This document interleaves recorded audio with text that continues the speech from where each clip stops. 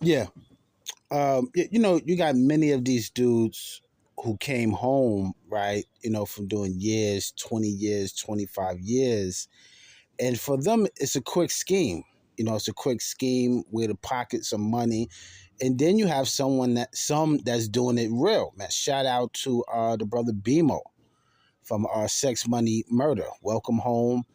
Him, brothers like Soul B, and just to name a few that come to me, these brothers are out here doing the right thing, but many of them get a bad rap for the ones that's out here just pocketing the money, right? They're just opening up some organization, getting the government funds, and really just paying people to do the work. And some of those people are good workers. They want to do the right thing, but after a while, they realize that they're being pimped, right? You have this boss, quote unquote boss, that's really collecting the money, the government funds, and not really doing the right thing, man.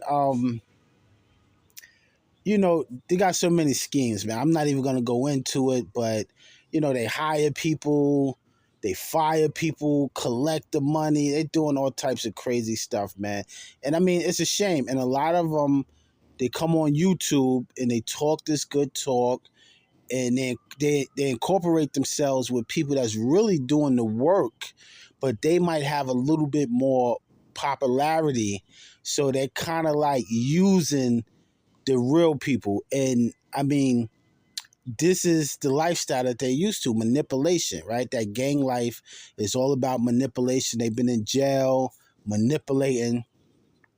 And these people, right? And how do you spot them? You spot them because these people will tell you they're doing this and they're doing that, but you never see the proof. You never see the work. They show you everything else but what they say that they're really doing for the community. They're getting people jobs. They're helping people get apartments. They're taking people off the street. They'll tell you all of this, but you never see it. You see them hanging out on the block. You see them posing in front of their car. You see them in these hanging out in the club, but you don't see any work that they're doing, right? So, but then you have some that you see out there. Shout out to the brother Trife Gangster from Brooklyn. Actually, I bumped into that brother one day. I was going to an event right there in Metro Tech. Metro Tech downtown Brooklyn, and I bumped into that brother. I think that I might have 2 times or something, but definitely that one time I bumped into him. So I see brothers that's out there doing the work. I go to functions, Clinton, I think that's Clinton Hill, Vocal, just to name a few. So I go to events and I bump into certain people. So you see who's doing the work. You can go to their Instagrams and their YouTubes and you see actually them doing more work than anything else. But you have these fake ex-gang members, fake activists, we call them Slacktivists, that come online and it's just for show.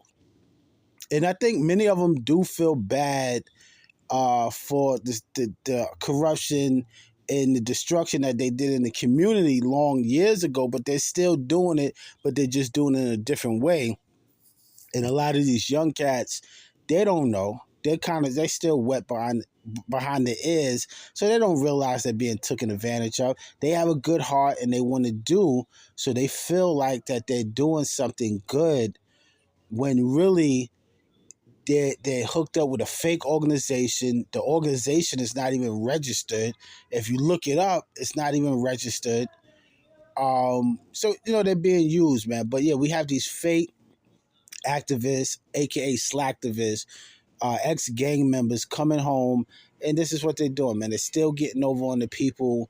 I was just looking at something with the dude Big U, and what you do in the dark will come to light. And this is why you see many of them, they just fell back because they spot, got blown up, right? They cover got blown. So many of them just fell back. You don't see them on here asking for donations anymore. They're doing this and they're doing that. Most of them are not even working. A woman is taking care of them or something, and they blowing smoke up her ass. So, I'm just saying, just watch out for these fake activists. And not all of them are ex-gang members. Some of them, somebody just put them on. They've been doing this for a while. Asking for these grants. And what they do is they come to the hood and they get the signature of the people, right? And I remember E-Man Issa used to break down your signature. When you sign over your signature, you break the word down, sign over your nature. So before you go putting your signature on these papers and everything, ask questions. And if they get mad because you asking questions, then automatically you know that this is some type of scam.